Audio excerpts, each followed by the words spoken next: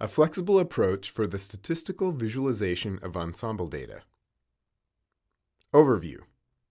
As computational scientists and engineers work to quantify and minimize simulation errors, ensemble datasets are becoming more commonplace. We demonstrate our approach to ensemble visualization using specific driving problems from climate modeling and meteorology. However, our method is general enough to be applied to any computational problem that generates ensembles. Ensemble data.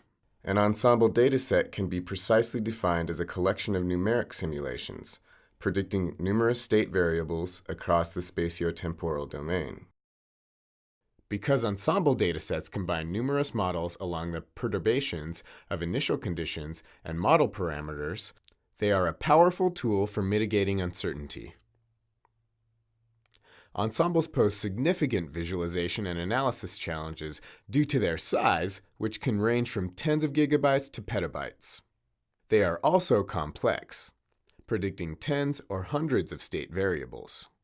In addition, ensembles contain many values for each variable at each spatial point and time step. Our approach. This work presents a general approach for gaining key scientific insight from ensemble data through a collection of overview and statistical displays. We design our approach around the flow of a typical data analysis session, giving the user a high level of interaction with the data. Mean and standard deviation statistics are a good approximation of the results of the data and provide a qualitative understanding of that approximation. The mean is the average of the ensemble members at each grid point. The standard deviation measures the variation of the ensemble. Mean and standard deviation is encoded as color maps and contours.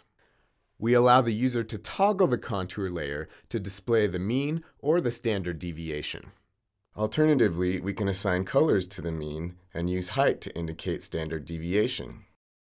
Comparative displays.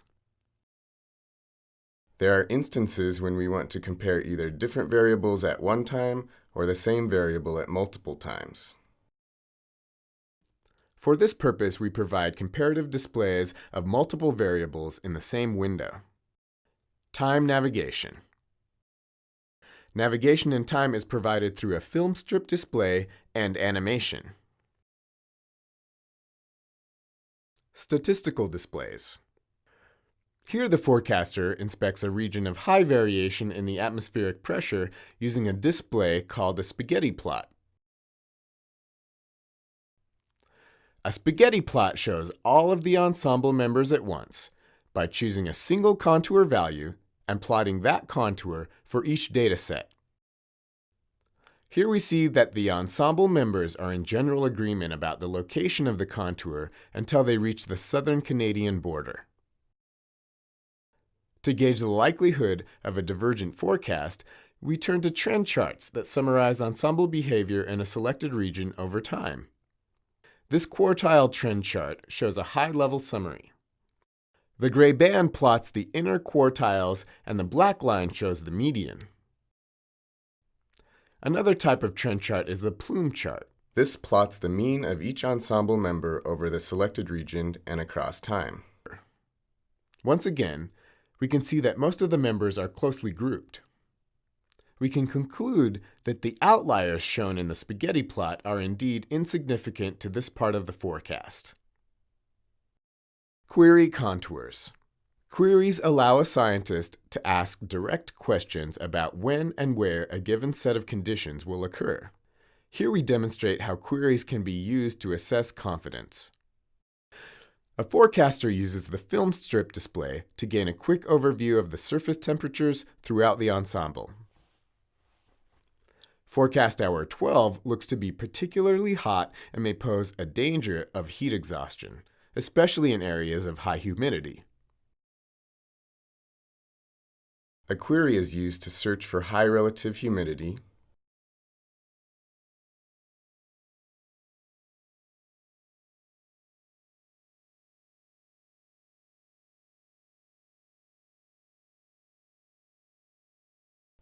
and high surface temperatures.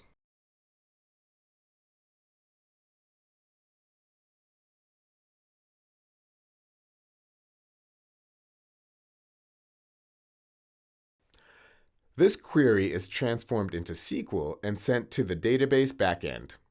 The result is a display of the areas where at least one of the ensemble members predicts those conditions to occur. Lighter colors, from blue to white, indicate greater probability, according to the ensemble. We see in particular that the probability, and thus the heat hazard, is greatest in the southeastern U.S. and around the Gulf of Mexico.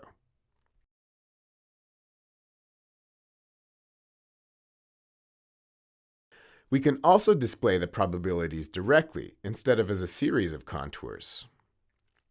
Conclusion.